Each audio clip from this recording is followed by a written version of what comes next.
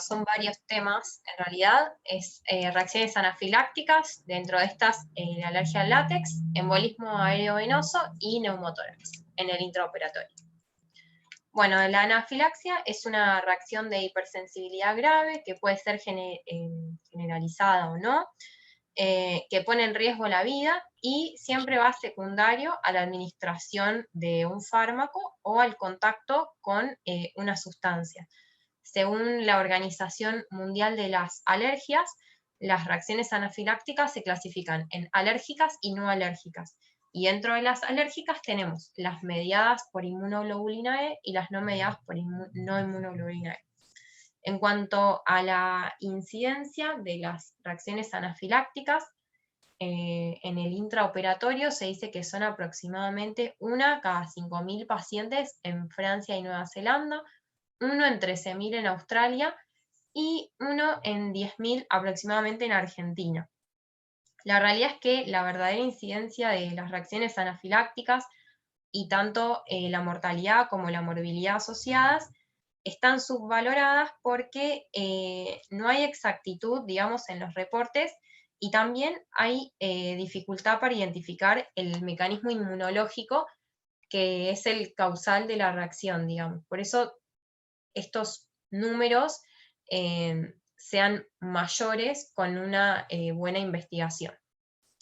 En cuanto al cuadro clínico de una reacción anafiláctica, ya sea tanto alérgica como no alérgica, puede ser indistinguible una de otra, con lo cual el diagnóstico diferencial de estas dos no se hace en base a la presentación clínica, sino en base a exámenes de laboratorio.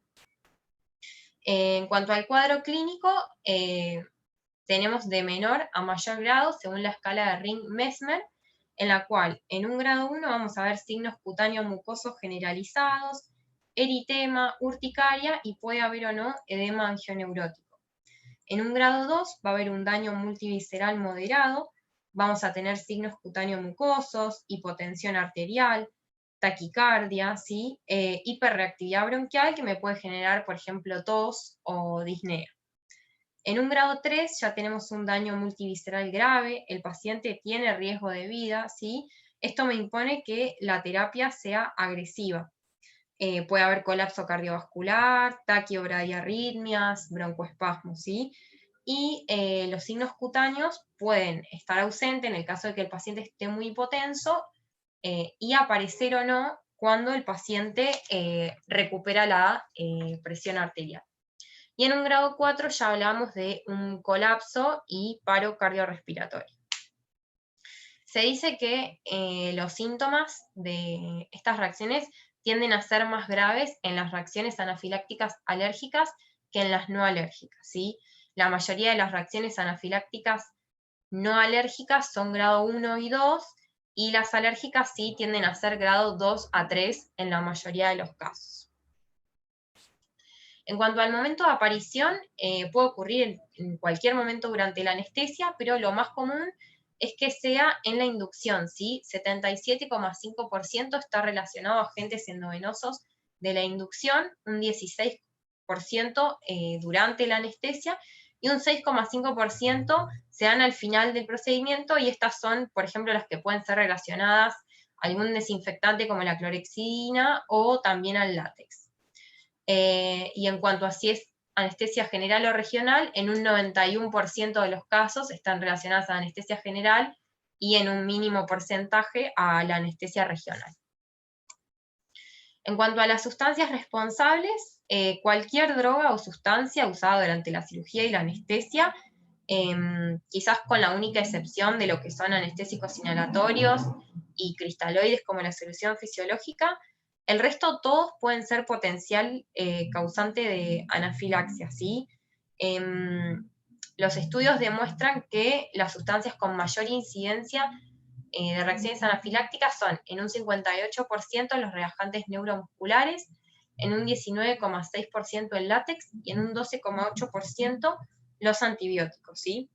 En cuanto a los relajantes neuromusculares, podemos encontrarnos con dos tipos de reacciones. Una reacción de tipo inmunológica, que va a ser dependiente de inmunoglobulina E, y va a tener a la estructura de amonio cuaternario como principal epítope antigénico causante de la reacción.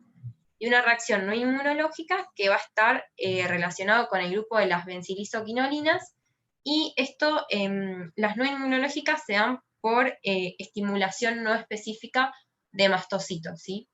Los relajantes con mayor incidencia de reacciones anafilácticas son la succinilcolina y el atracurio, también el rocuronio. Y también hay una importante incidencia de reacciones cruzadas entre diferentes bloqueantes neuromusculares. Se dice que rondan aproximadamente un 80%, ¿sí? Esto se debe a que la presencia de amonio cuaternario puede estar en productos de uso diario que pueden sensibilizar al organismo sin haber tenido contacto propiamente dicho con el relajante muscular, como por ejemplo cosméticos, pastas de dientes, detergentes, jarabes, ¿sí? Y se dice que hasta un 50% de las reacciones anafilácticas a bloqueantes neuromusculares ocurre sin contacto previo.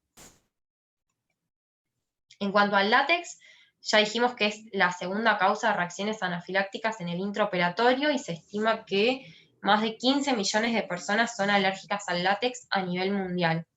Hay algunos factores de riesgo, sí, para la alergia al látex, como son la espina bífida y el mielomeningocele. Estos pacientes son los que tienen mayor prevalencia, ¿sí?, de alergia al látex. Bueno, historias de atopía, dermatitis de contacto, uso frecuente de guantes, como por ejemplo nosotros, los trabajadores de la salud, o pacientes con alergia a determinados alimentos como son la castaña, el kiwi, la banana o la palta, porque estos alimentos lo que tienen son proteínas similares a las proteínas del látex y me generan una reacción cruzada. Es lo mismo que pasa con los relajantes neuromusculares.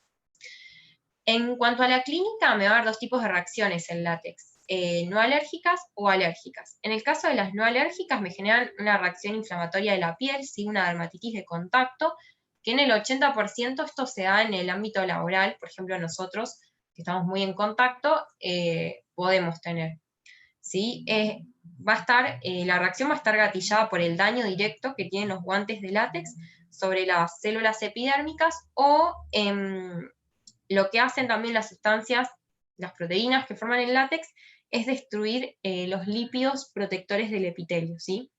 Generalmente se va a manifestar minutos a horas posteriores a la exposición del alérgeno, con una típica dermatitis de contacto, con eritema, edema, prurito, que después me lleva a sequedad y puede haber pérdida de continuidad de la piel.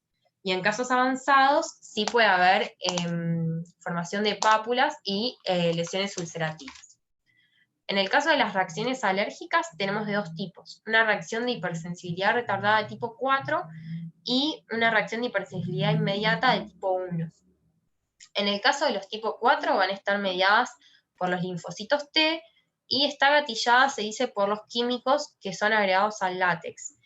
Se va a manifestar como una dermatitis alérgica de contacto y es similar a otras dermatitis, por ejemplo, por productos químicos o metales, ¿sí? Se va a iniciar entre 6 a 72 horas posterior a la exposición y la presentación clínica es variable, ¿sí? Puede ir desde una erupción cutánea hasta reacciones graves con llagas o ampollas en la zona expuesta. Y en el caso de la hipersensibilidad inmediata de tipo 1, va a estar mediada por anticuerpos inmunoglobulina E en respuesta a las proteínas del látex, propiamente dichas.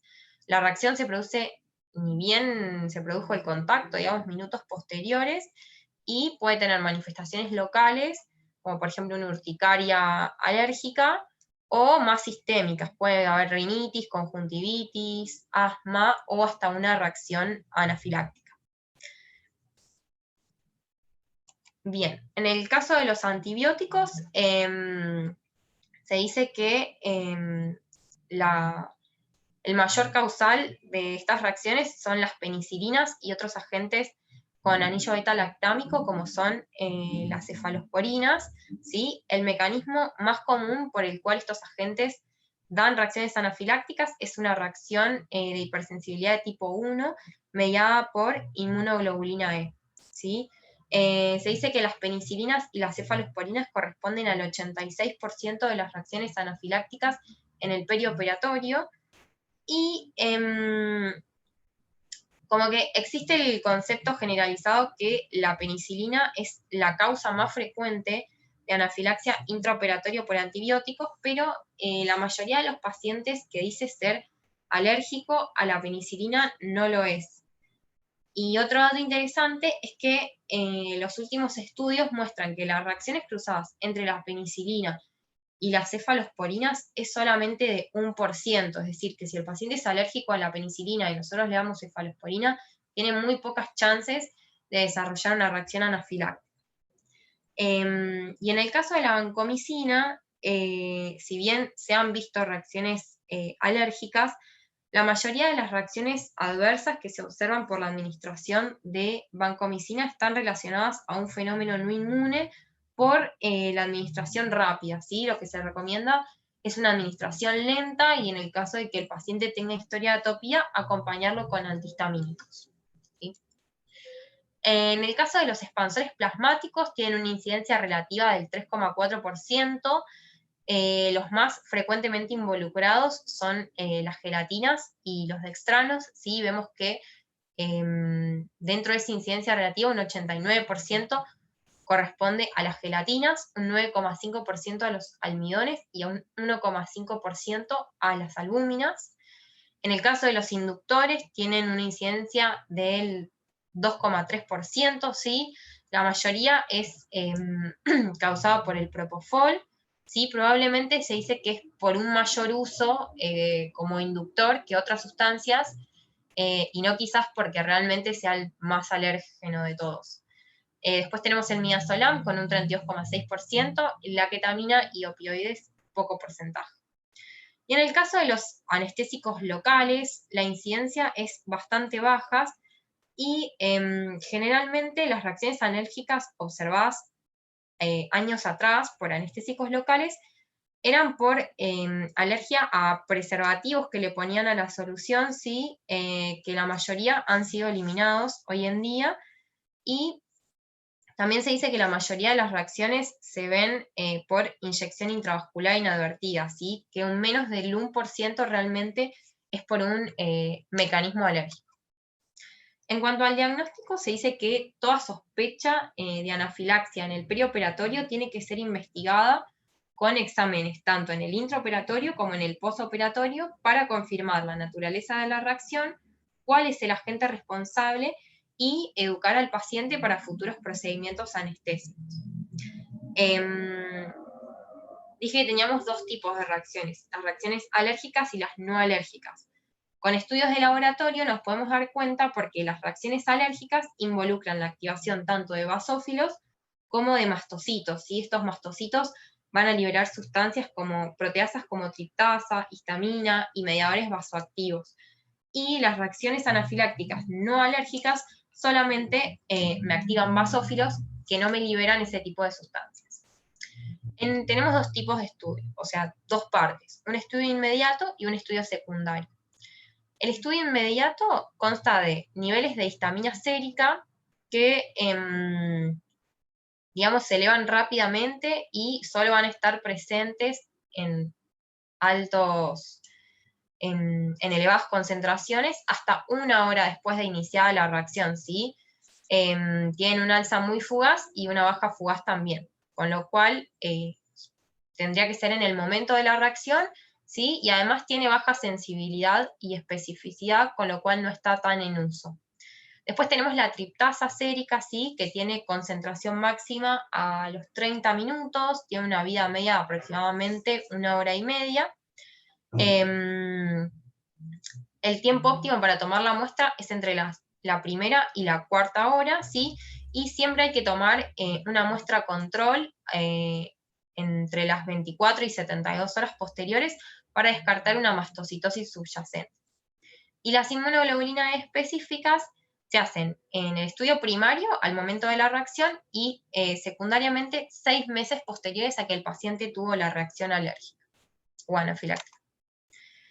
En un estudio secundario tenemos las pruebas cutáneas y que se realizan 4 a 6 semanas después de haber tenido la reacción, y tienen que, en estas pruebas cutáneas tenemos que incluir medicamentos que administramos antes de que el paciente tenga la reacción y también el látex, ¿sí? Y en el caso de que hayamos usado un bloqueante neuromuscular, siempre estudiar para otros porque hay mucha prevalencia de reacciones cruzadas. Tenemos dos tipos de pruebas cutáneas, el Prick Skin Test o test de escarificación, que se usa para estudiar la sensibilidad al látex, por ejemplo, y la intradermorreacción, que se usa para estudiar reacciones cruzadas a bloqueantes neuromusculares o reacciones a colorantes azules. Otra parte del estudio secundario es la búsqueda de inmunoglobulina E específicas, que como dije se tienen que tomar hasta 6 meses posteriores de la reacción, ¿sí? Y hay drogas, tener en cuenta, como por ejemplo los antibióticos, que a veces sensibilizan solamente por un corto tiempo. Después tenemos el test de provocación, que lo que se hace es, como su nombre lo dice, administrar pequeñas cantidades de antígeno por la misma vía que ocurrió la reacción, excepto en la neuroaxial, ¿sí? Hasta llegar a concentraciones de aproximadamente 1 en 10. Y se usa, por ejemplo, para los anestésicos locales, para los antibióticos y para el látex. Y hay otros estudios que son más nuevos, que lo que hacen es cuantificar la liberación de mediadores que son liberados, por ejemplo, durante la degranulación de mastocitos o basófilos. Hay países como los nórdicos, por ejemplo Noruega, y no me acuerdo si Suiza o Suecia, lo que hacen es realizar este estudio de activación de basófilos como parte del esquema de vacunación. Entonces ellos ahí ya tienen la estadística de las reacciones alérgicas, por ejemplo, asociadas a componentes de las vacunas. En el caso de lo que es la evaluación preanestésica, siempre es recomendable obtener una historia de reacciones adversas a drogas, obtener información sobre atopías, reacciones alérgicas, alergia al látex, alergia a alimentos. Hay encuestas que se usan, por ejemplo, como esta que puse acá, si ha recibido algún anestésico local, si tuvo algún incidente, si le han administrado anestesia general y tuvo algún problema con eso, en el caso de la anestesia raquídea, si es alérgico a medicamentos, a cuáles, si tuvo algún problema con el látex o con la administración de algún medicamento, si es alérgico a alguna otra cosa, como por ejemplo algún alimento. Por eso siempre es importante preguntar, más que nada, o sea, si el paciente es alérgico a alguna droga y él sabe, o si es alérgico a algún alimento por el tema de las reacciones cruzadas. Y también si tuvo asma de chico. Si bien no es recomendable estudiar de forma rutinaria a todos los pacientes en busca de alergias, sí es posible identificar grupos con mayor riesgo de presentar una reacción anafiláctica que otros, como por ejemplo pacientes que ya presentaron una reacción anafiláctica previa o un colapso cardiorrespiratorio en una cirugía previa que no haya sido investigado. Pacientes que son conocidos ya que tienen alergia al látex o con manifestaciones clínicas de alergia frente al contacto con elementos que tengan látex. Los pacientes con riesgo de presentar alergia al látex son aquellos pacientes que tienen una exposición significativa, por ejemplo, nosotros, los trabajadores de la salud, los trabajadores de la industria del látex, pacientes, como por ejemplo, como mencionaba hoy, con espina bífida, o también los que tienen malformaciones urogenitales, que tienen múltiples intervenciones quirúrgicas, ¿sí? Y esta exposición repetida hace que puedan desarrollar anticuerpos, ¿sí? Aquellos que sean alérgicos a frutas como las que ya dije, palta, plátano, castaña, kiwi, también el maní, las nueces, las avellanas, y aquellos pacientes atópicos o con historia de rinitis, asma o eczema.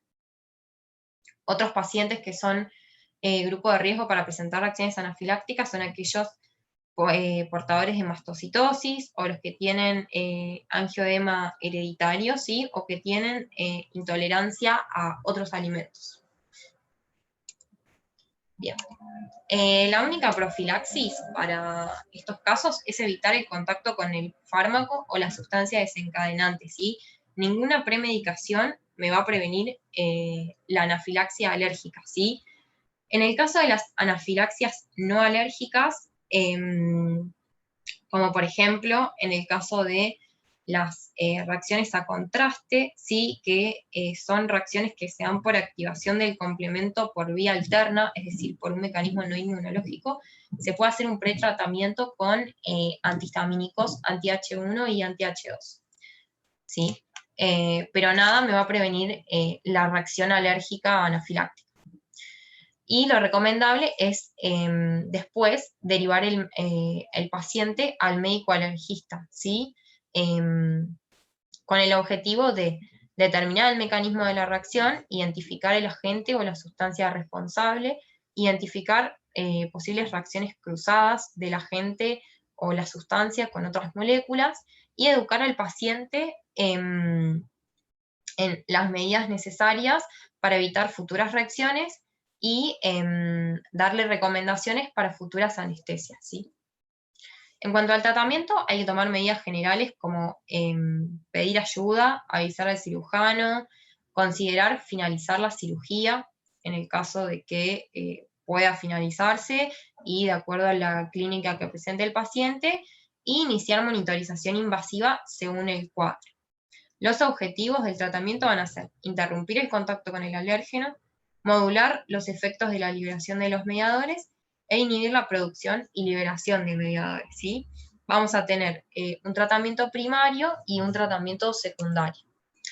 En lo que es el tratamiento primario, en primer lugar, discontinuar la administración de drogas o agentes que estén posiblemente incriminados en la reacción.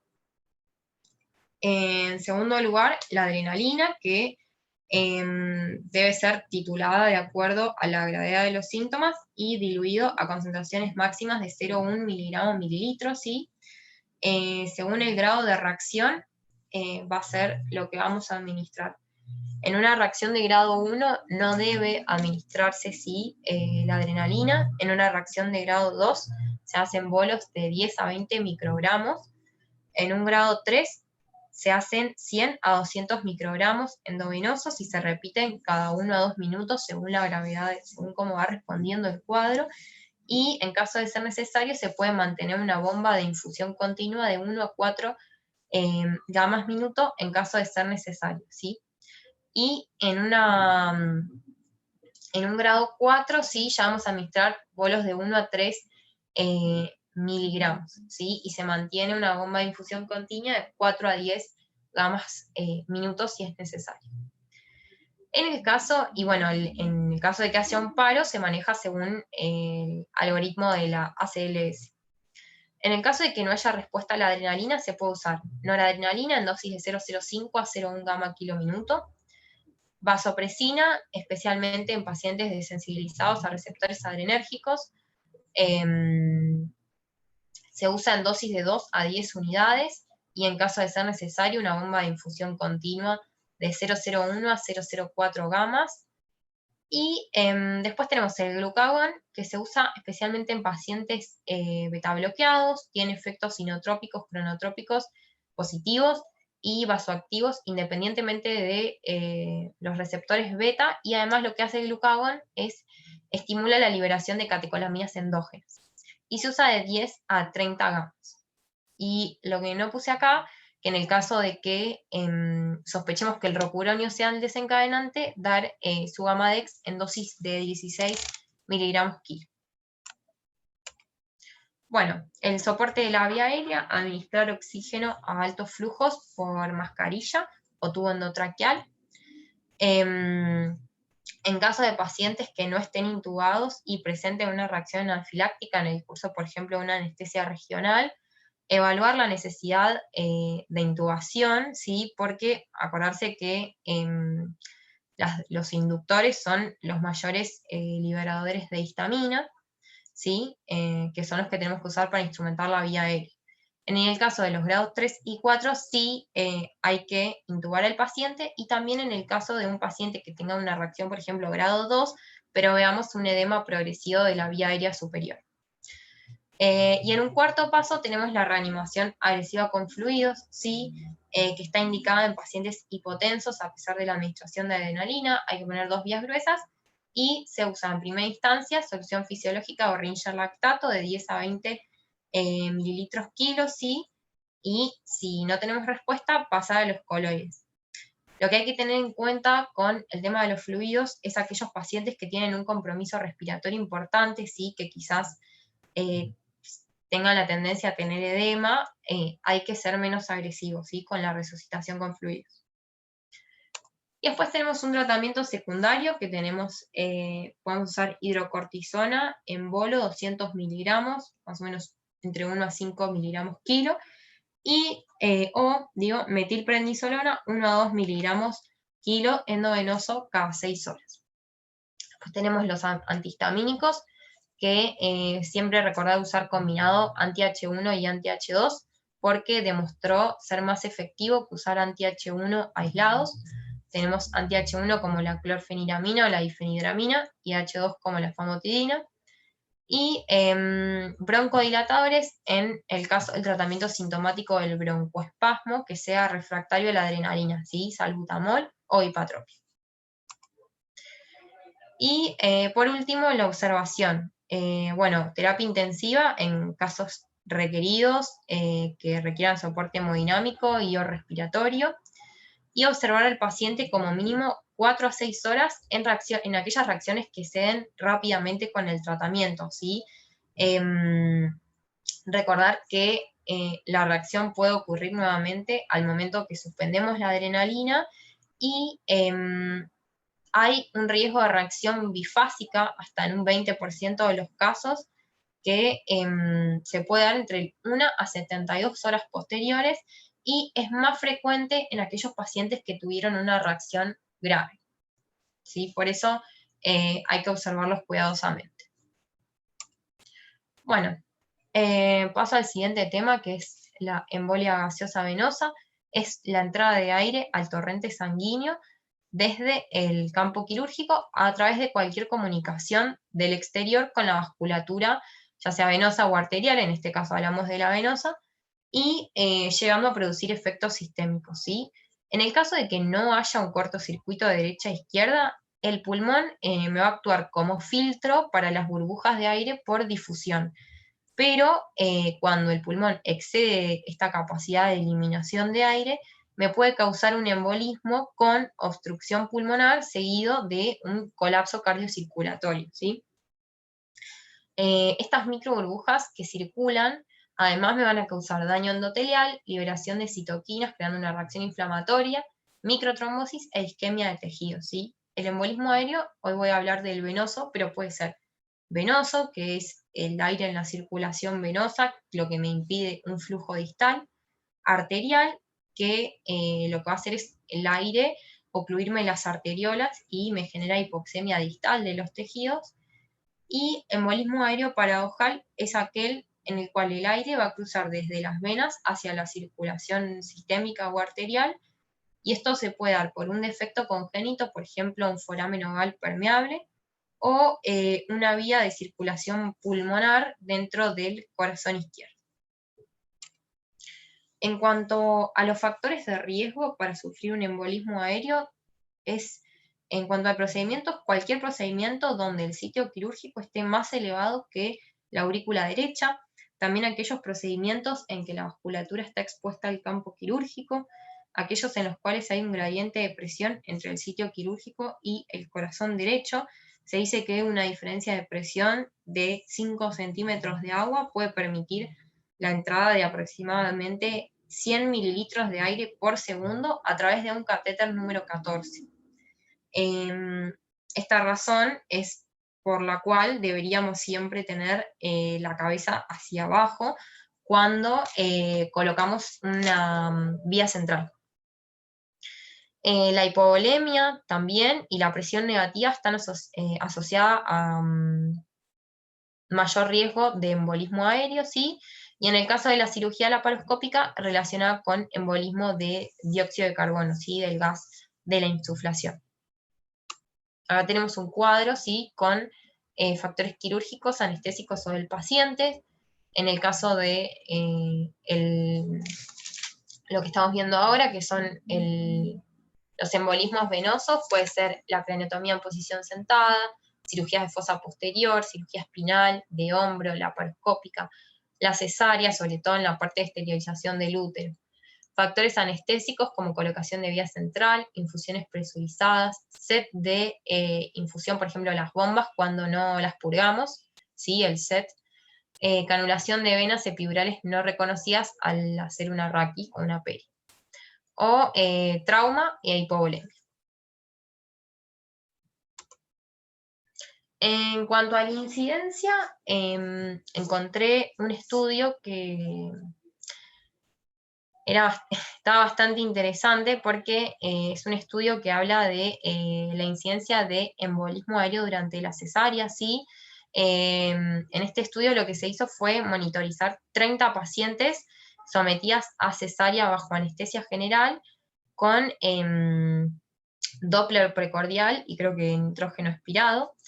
Y lo que vieron es que casi aproximadamente la mitad o más de las pacientes se les encontraba por estudio de Doppler precordial un embolismo aéreo venoso, ¿sí? Pero que no tenían relevancia clínica, ¿sí? Solamente se encontró como hallazgo, pero no tenían ninguna clínica, ¿sí? En el caso de la cirugía cardíaca se estima que entre un 5 a 25% de las cirugías pueden llevar a embolismo aéreo. En el caso del uso de la PIP para prevenir el embolismo, se dice que es controversial, si bien no hay estudios en humanos, pero sí en animales, lo que se encontró que aumentar la presión venosa central a través de un uso de PIP mayor a 5 puede minimizar el riesgo, pero es factor de riesgo de embolismo aéreo paradojal en aquellos pacientes que tengan, por ejemplo, un foramen ovar permeable. Por eso sí es controversial. Lo que sí se sabe es que la liberación brusca de la PIP puede incrementar la velocidad de entrada de aire a lechos venosos abiertos dentro del campo quirúrgico y ser un factor de riesgo. En cuanto a las manifestaciones clínicas, va a depender del volumen de aire que entra a la circulación y también de la velocidad. Se dice que un volumen de 5 mililitros kilo es suficiente para causar una cerradura aérea en el tracto de salida del ventrículo derecho, generando un colapso cardiovascular debido a la disminución súbita del gasto cardíaco. El volumen crítico basado en modelos animales se dice que es entre 200 a 300 mililitros de aire. Y bueno, en cuanto a las manifestaciones clínicas de cada sistema, en cuanto al sistema cardiovascular, lo que tenemos en un paciente despierto va a presentar dolor de pecho, palpitaciones, brady o taquiarritmias, puede aparecer cambios isquémicos en el electrocardiograma, puede haber elevación gradual de presión en la arteria pulmonar. Esto puede deberse a pequeños volúmenes de aire acumulados en el corazón derecho y los vasos pulmonares.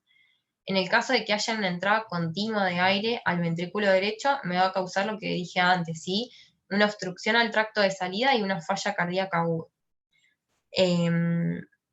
Y en el caso del lado izquierdo del corazón, ¿sí? La presencia de pequeños volúmenes de aire dentro de la circulación coronaria ya me va a llevar rápidamente a una isquemia y a un paro cardíaco. En cuanto a los síntomas respiratorios, lo que vamos a tener en un paciente bajo anestesia general es una caída brusca del entidal de dióxido de carbono. Esto va a ser por el espacio muerto que me causa la presencia de aire en la circulación pulmonar. Vamos a tener hipoxia e hipercapnia por la incompatibilidad entre lo que es ventilación y perfusión. ¿Sí? También el embolismo aéreo me puede causar una cascada inflamatoria con lesión pulmonar aguda o edema de pulmón no cardiogénico. Y en el caso de paciente despierto, lo que vamos a ver lo que nos va a referir es disnea, dolor torácico, tos seca y tardíamente se puede ver la aparición de hemoptisis.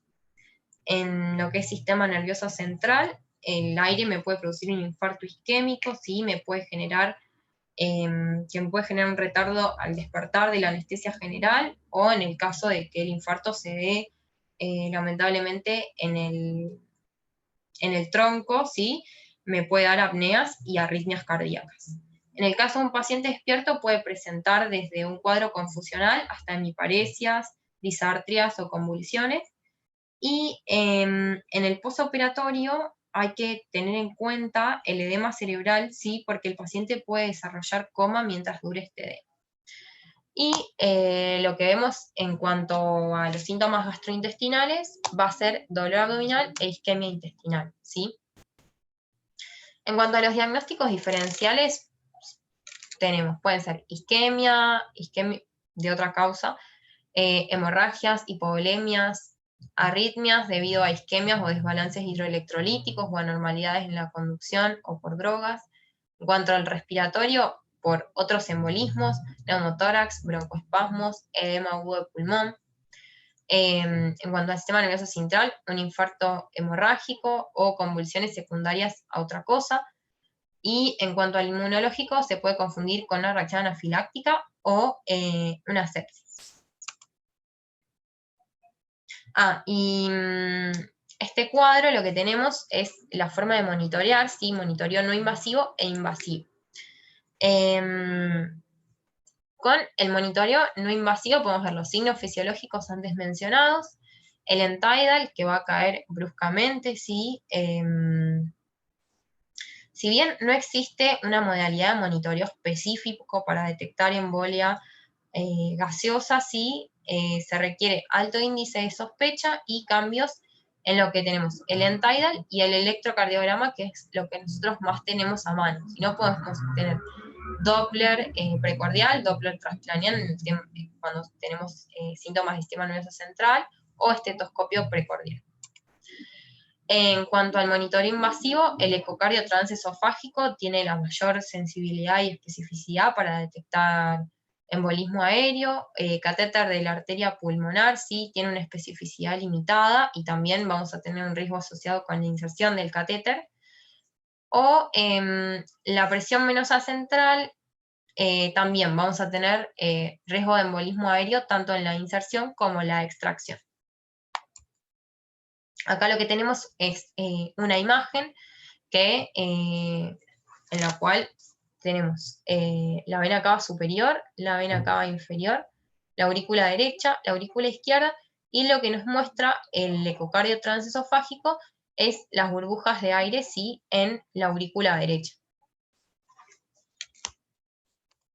En cuanto al manejo clínico de estos pacientes, lo primero que debemos hacer es asegurar la vía aérea, ¿sí? Con tubo endotraqueal y con una fracción inspirada de oxígeno del 100%, aumentar la presión venosa, ya sea con fluidos o con inotrópicos o vasopresores según requerimiento.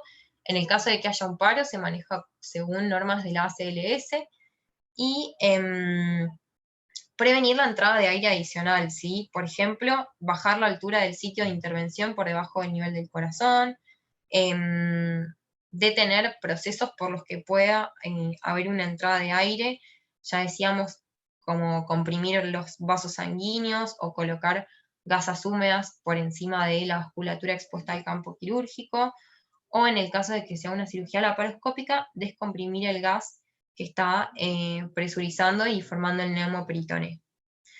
Y como el tratamiento específico, digamos, es intentar aspirar el aire a través de una vía central, o vienen catéteres de aspiración para aire, que son catéteres número 16, que son multiperforados, ¿sí? Pueden ser centrales o periféricos, y son preferibles porque al ser multiperforado, aumenta la posibilidad de aspirar el aire, pero si no, con una vía central estaría bien.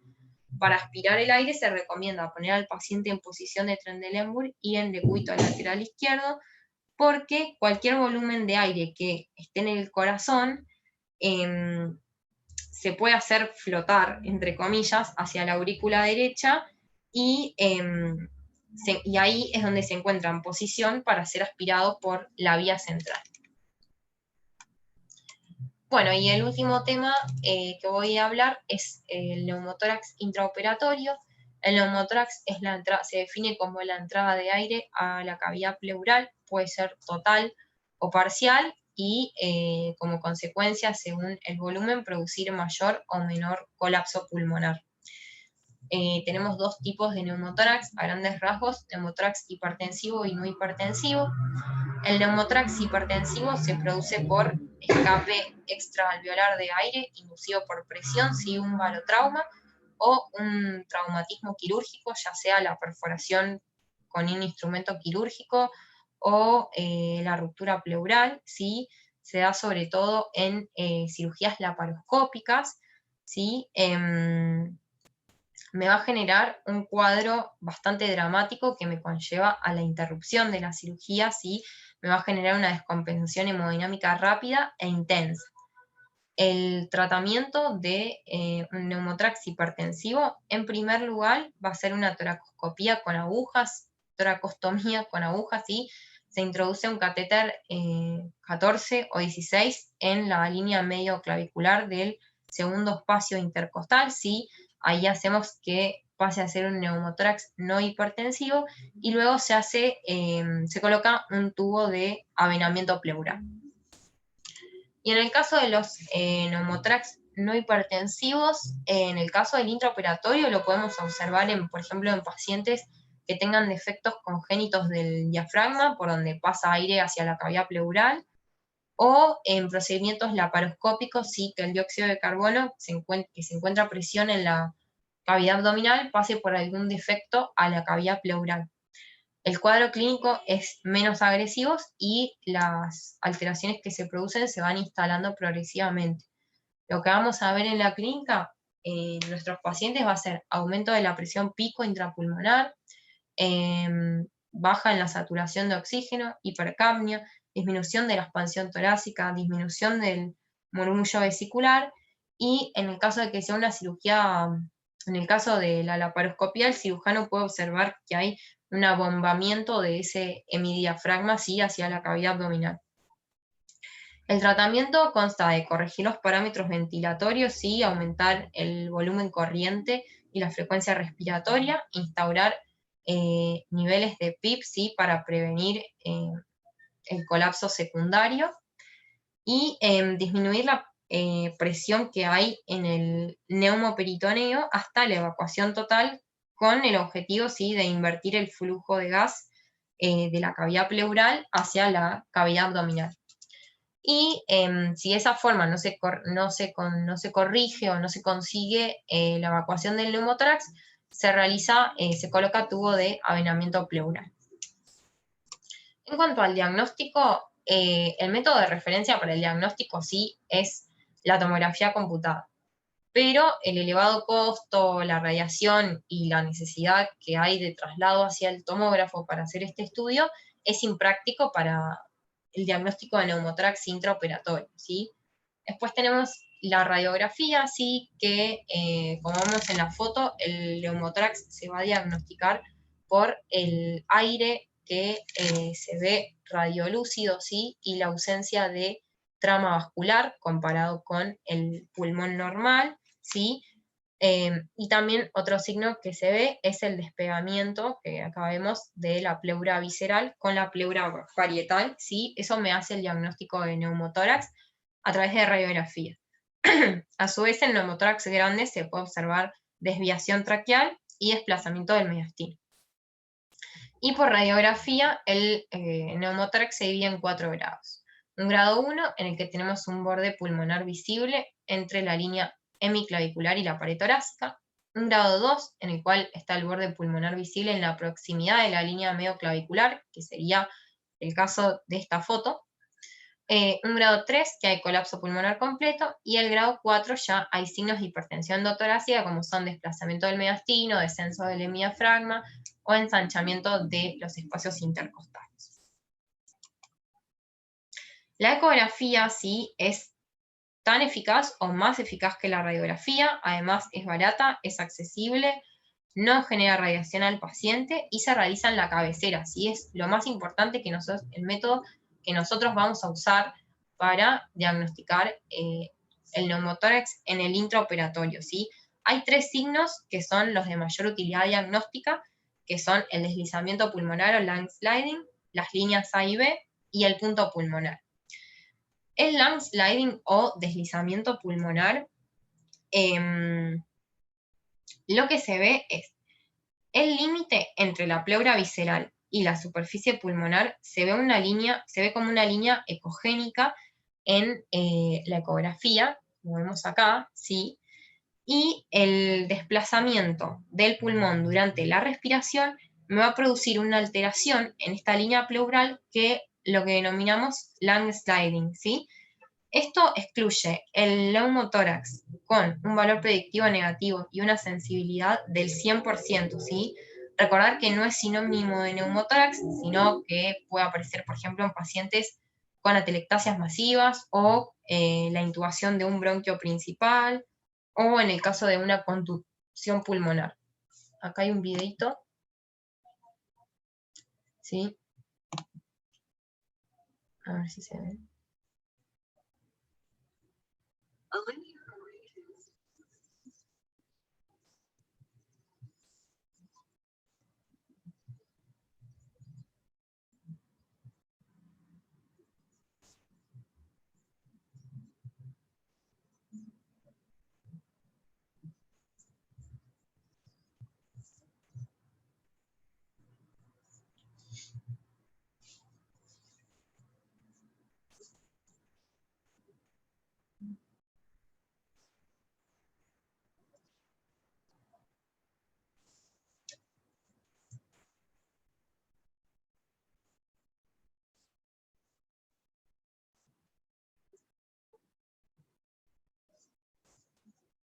Acá vemos el deslizamiento. Ay. Esto sería el lung sliding o deslizamiento pulmonar, ¿sí?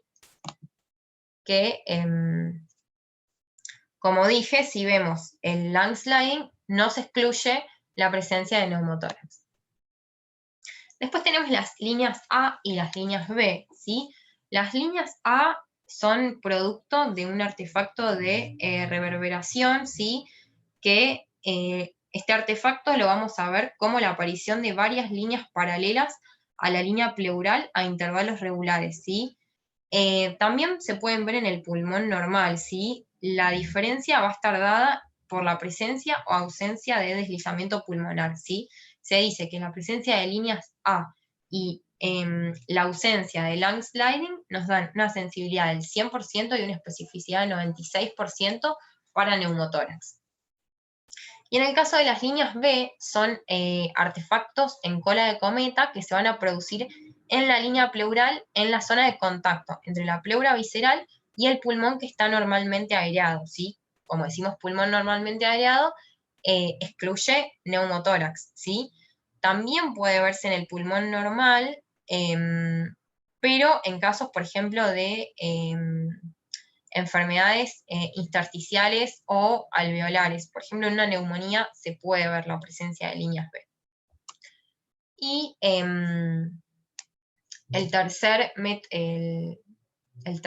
la tercer cosa, digamos, que nos diagnostica el neumotórax es el punto pulmonar, ¿sí? El punto pulmonar es el punto donde se separan las hojas pleurales visceral y parietal, ¿sí? Es una imagen dinámica, como el lung sliding, ¿sí? Y, bueno, para localizar el punto pulmonar, lo que tenemos que hacer es deslizar el transductor desde la parte interna y superior hasta la parte inferolateral del tórax, ¿sí? El punto pulmonar lo vamos a identificar como el punto intermedio donde el deslizamiento pulmonar se visualiza de forma intermitente. ¿Por qué? porque con el movimiento respiratorio el pulmón colapsado se va desplazando intermitentemente hacia el área del neumotórax, ¿sí? Acá lo vemos en una fotito, no encontré un video corto para poner, pero vemos cómo se ve el neumotórax y el pulmón colapsado, y este sería el punto pulmonar. Y se dice que cuanto más lateral e inferior está el punto pulmonar en la pared torácica, mayor es la extensión del neumotórax, ¿sí? Un punto pulmonar muy posterior o ausente me va a sugerir un neumotórax masivo con atelectasia completa del pulmón. Y bueno, obviamente la necesidad de colocar un tubo de avenamiento pleural. Y por último, tenemos en el caso del modo M, la ausencia del signo de la playa, ¿sí? Nosotros en un pulmón normalmente aireado vemos esto, ¿sí? Se llama signo de la playa porque se ve como la arena, ¿sí? De la pared torácica y las olas, acá, la pared torácica, y el pulmón en movimiento se ve como punteado o como si fuese la arena. Y en el caso de un neumotórax se ve esto, ¿sí? Que se llama código de barras, ¿sí? Así que bueno, la ecografía es lo que a nosotros más nos ayuda para el diagnóstico de neumotórax en el intraoperatorio. Y nada más.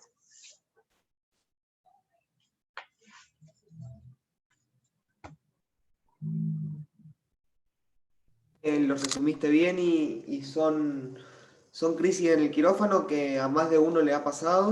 Es más, esta semana creo que hubieron shock anafiláctico y shock también por el plasma, alergia al látex. Ahora el sábado hay un paciente con alergia al látex, así que en la clínica de fractura que está Andreita. Son cosas que neumotórax, que en Maipú, que se murió un chiquito por un neumotórax bilateral, Sí. hipertensivo. Cosas que les puede pasar en cualquier momento, no le digo que es frecuente, pero tener las herramientas para resolverlo es fundamental. Y el embolismo venoso es más frecuente de lo que uno piensa, pero como no lo sospechamos o muchos no lo sabemos diagnosticar, que es una realidad, por ahí se nos escapa, ¿sí? Y le llamamos al tratamiento. Así Claro. que está bueno lo que pusiste del ecocardio, que en la altísima frecuencia de embolismo venoso, haciendo un ecocardio transtorácico, pero no lo vemos, porque no lo hacemos, pero está. Claro. Así que bueno, nada, creo que son herramientas muy útiles para tenerlas presentes. Bien el tratamiento, creo que es lo que tenemos que enfocar en saberlo bien, porque el día que tengamos una crisis tenemos que tener esos algoritmos presentes para poder resolverlo, porque es una cuestión de vida o muerte. O lo resolvés y se salva, o no sabes qué hacer y pensás cualquier cosa y se muere el paciente. Así que me pareció muy práctica y bueno, seguramente tuviste que leer mucho para poder, y sí, Un poquito de todos lados. para poder darnos un Gracias, resumen Marce. de los temas. No sé si alguno, lo único que por ahí no estoy tan de acuerdo es la noradrenalina en el shock. Es algo que en el shock anafiláctico, sabemos que la adrenalina es el antagonista natural de la histamina. Por eso siempre adrenalina, porque la histamina produce broncoconstricción y vasodilatación, por eso hay un espasmo severo pulmonar y una vasodilatación que lleva a la hipotensión, el shock. Y la adrenalina hace la reversión perfecta, porque es broncodilatador y vasoactivo, ¿sí? Vasoconstricción. La noradrenalina no tiene casi ningún efecto beta 2 agonista, por eso generalmente no se usa. Y después, no sé si son tratamientos así, bueno, si no funciona la adrenalina, le doy el hipratropio, si no funciona eso, le doy la ranitina. Yo creo que hay que hacer un tratamiento conjunto. Hay que darle la adrenalina, ¿sí? Como bien dijiste, 100, 200 microgramos cada 2 o 3 minutos.